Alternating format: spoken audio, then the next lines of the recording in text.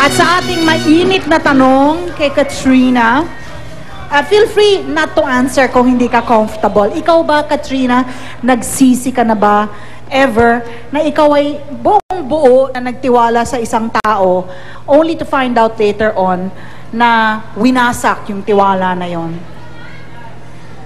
Ako po sa lahat po ng nangyari sa buhay ko, wala po akong pinagsisisihan.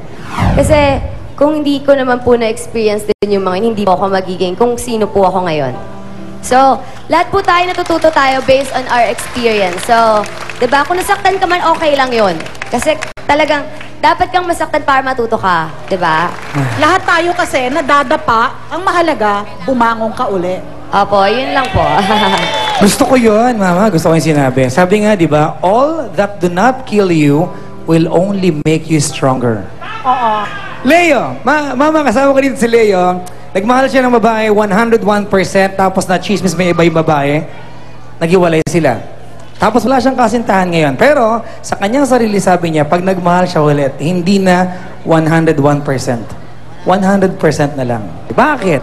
Hindi ko napapakita dun sa babae na na tinatanggal ko yung buong tiwala ko sa kanya. Kasi pag halimbawa, konti lang yung tiwala ko, ibig sabihin parang hindi ako sigurado kung bakit ko pa ito niligawan o bakit ko pa ito minahal. Tapos maaaring pwede ko siyang masaktan nun at hindi ko siya dahil hindi ko siya pinagkakatiwalaan ng buo. Okay lang sa akin na na kahit na ako yung masaktan, wag lang yung iba. Nagsisisi ka ba na ganun ka magtiwala sa iyong mga minamahal? Hindi po. I don't care. Basta magtitiwala ko, nagmamahal ako eh. Mama! Okay. Kasama ko pa rin si Katrina. Pag nagkaroon na ba ng breach of trust, yung nasira na yung tiwala mo sa isang tao na yon, pwede pa ba yun patawarin? Oo, pwede ko patawarin. Ano yung sasagot mo? Or hindi, parang nabasag na yan na kristal, na kahit mapagdikit-dikit ko siya, may lamat na? Nakakapagpatawad ka ba? Forgive and forget? Ano ba? Kasi ako sa ngayon, yung paniniwala ako na kapag may mali talaga eh. So, sa'yo yun, hindi sa kanya. Hindi ka nga po nag-grow. Kailangan mahalin po natin yung sarili natin, diba?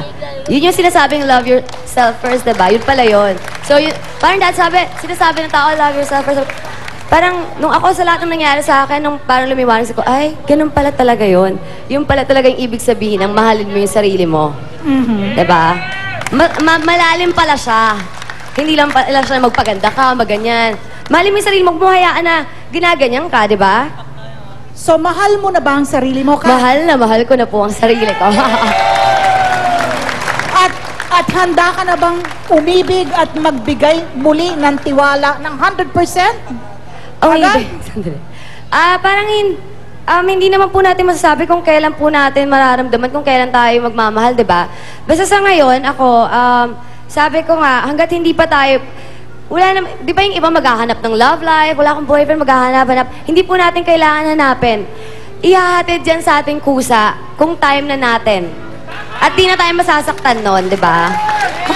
Oo nga. Parang kakasabi ko pa lang yan a few days ago. Kaya tayo nasasaktan kasi pinipilit natin yung mga hindi. Hindi pwede. Yes! MMMJ, meron bang gusto mong statement dyan? Yes! Mama Ali, Papa Jack, ang dami-daming reaksyon dito. Tulad na lang nito si Elaine. Meron daw po siya gustong sabihin. Yes. May gusto lang po akong sabihin. Agree po ako sa sinabi ni Miss Katrina na dapat po mahalin yung sarili. Tapos po, kay Mr. Leo po, kontra po ako. Kasi sobra po yung pagmamahal niya na binibigay at tiwala dun sa girlfriend niya. Kaya po nararanasan niya, nalokohin lang po nung girlfriend niya at hindi po yung tama. Dapat po, magtira po tayo para sa sarili natin. Kahit tipong 10% na lang, ganun. Kasi hindi naman po sinasabi na pagka nagmahal ka, kailangan buhos eh. Dapat nga, di ba, meron kang natitira para sa sarili mo. Kasi kung sobra-sobra kang magmahal, paano ka pa makakapag-move on? Teka. May tanong, ano pangalan? Kambal, ano pangalan niya? Elaine po, Papa Jack. Si Elaine. At Papa Jack, si Elaine, ang dami na pala naging boyfriend. Elaine. Po. Bitter ka ba? Hindi po. Ang dami niya na naging boyfriend, Papa Jack. Lampas na raw ng, sa kalendaryo. Ah, ganon? O, hihingi pa nga number namin. Gusto yata kami collect. Papa Jack, 10% daw po isa.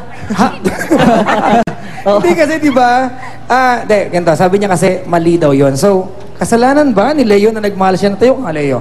Kasalanan ba ni Leo? Kasalanan ba yun o mali ba yun, Elaine, na sobrang nagmahal si Leo? Mali po talaga. Ha? Kasi po kung nagbigay siya ng 101% o kahit po 100% na lang, asan pa yung tinira niya para sa sarili niya? Hoy, sagutin mo, dali. Kasi bago ko naman pasukin yung ganong sitwasyon, nagtitiwala muna ako sa sarili ko.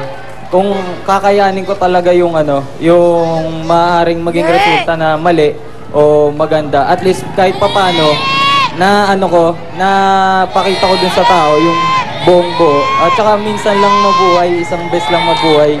Bakit di mo gawin lahat ng Teka nga. Kambal, nasan ba kayo?